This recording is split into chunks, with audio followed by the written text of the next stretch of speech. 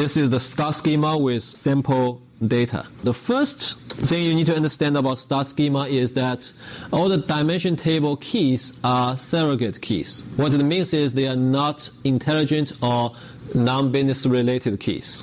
If you take a look at the example we have here, if you look at the star schema with sample data, for example, for store, the store code, which is a surrogate key, the first record is S1, and the store name is Jens, and city, telephone number, and the manager, and then another store code, and so on. These codes are designed by the data warehouse designer. They are not really business codes or intelligent code. And same thing for product. The product has a code, and then it has description and color and the size. So why is it important to have surrogate keys for these dimensions? Well, the reason is because, the business information may change. So for example, for product, we use 3 digits for the product code, but the actual product number may be a 5-digit number, 25398, followed by 2 letters, AX. Okay? This would be an intelligent code or intelligent key. The reason why we don't use this product ID as the product code is, maybe in the future this product ID is going to change. Maybe in the future we are going to change the format to add 2 more numbers at the end. Then what will happen is all the old IDs needs to be updated to the new ID, and then we need to update all the information related to these products in the data warehouse. But by using the surrogate key here, we never need to change this product code because they are not related to the business or not related to any business intelligence. All we need to do is change the product ID field in that dimension table. So that's the reason why it's important to use the surrogate code instead of the business code for the dimension key. And then the second issue you need to understand about the star schema is you need to determine the granularity of the fact table. The granularity of the fact table basically refers to what level of detail you want in the fact table. For example, if the grain is a transactional grain for the fact table, then it's obviously at a very fine level. You are going to have a lot of records in the fact table. If the grain is more aggregated, then your fact table is going to have less number of records. It's going to be more summarized. For certain decisions, you need to have finer grains. Like for example, if you want to do market basket analysis, you need to analyze every transaction. Then you must have very fine grains. Obviously, the finer the grain, the more dimension tables you are going to have, and the more rows you are going to have in the fact table. So it's important to understand what level of detail you need for your decision making. It doesn't always mean that it needs to be at the finest level. For example, these days we are able to capture the clicks of users on the website. But for somebody who wants to do market basket analysis, is that information absolutely necessary?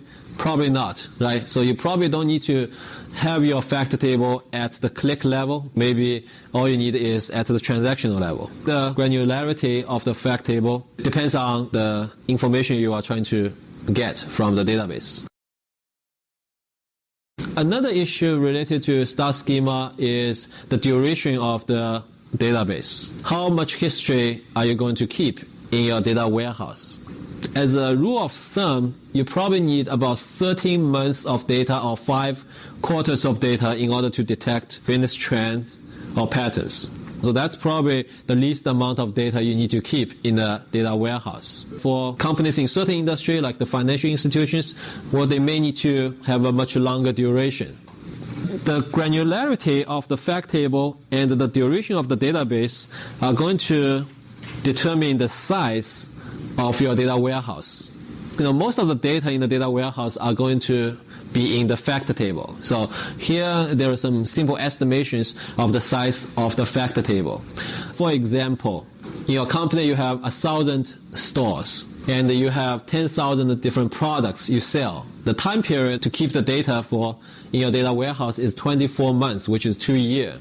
So how many rows are you going to have in your data warehouse fact table? Well, let's say it will be 1,000 stores times 5,000 active products of the 10,000 products. 5,000 may not be active, so on average you probably have 5,000 active products times 24 months, right? So that gives you 120 million rows. That's a lot of rows in the table. So that's why the data warehouse can be pretty big, right? And also, like I said, it depends on the granularity of the fact, and also depends on the time duration you want to keep in your data warehouse. Let's say, what if the granularity is going to be a daily data instead of the monthly data? Well, then this will be this number times 30. What if instead of 2 years worth of data, you want to keep 20 years of worth of data? Well, then it's going to be times another 10. So very quickly you will get into several billion rows of data. Time is often a very important dimension in your data warehouse. This picture shows you the time dimension table. Sometimes there are also other tables related to the time dimension table. For example, in this case, it also has a country calendar table, because in different countries you may have different holidays, different ways of keeping dates. Then you also have an event table, which can be events for different days of a year, like Thanksgiving or homecoming games and things like that. That can also be related to the time dimension table. So it's important to keep time as a dimension in your data warehouse. And there are also a number of different variations of the star schema that are interesting. The first variation of the star schema is called a multiple fact tables. In our traditional star schema, there is only one fact table, but in certain situations, you may have multiple fact tables. For example, let's say you have one fact table that's related to sales, another fact table is related to the receipts of your product, the products you receive in your warehouse, right? So for the sales fact table, a number of dimension tables may be product, the time dimension, and maybe even the store dimension. And for the receipts fact table, the dimension tables you may have would be probably warehouse and the vendor, and then also time. In this data warehouse, you have actually multiple fact tables. And also sometimes you may have multiple fact tables for the same fact, but at different levels. So for example, you may have a fact table for sales for each day. Then you may have another fact table for monthly sales.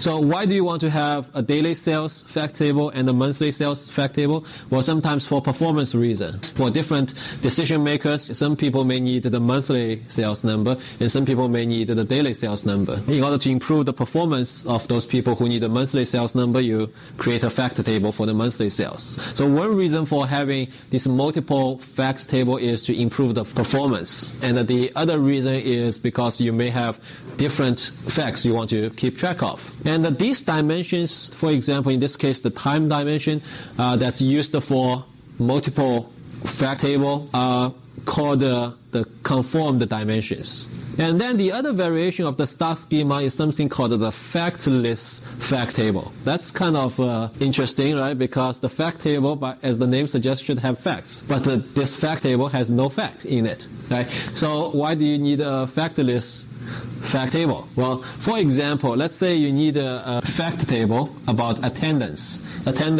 of the class, right? One dimension obviously will be the student. Another dimension would be maybe the instructor.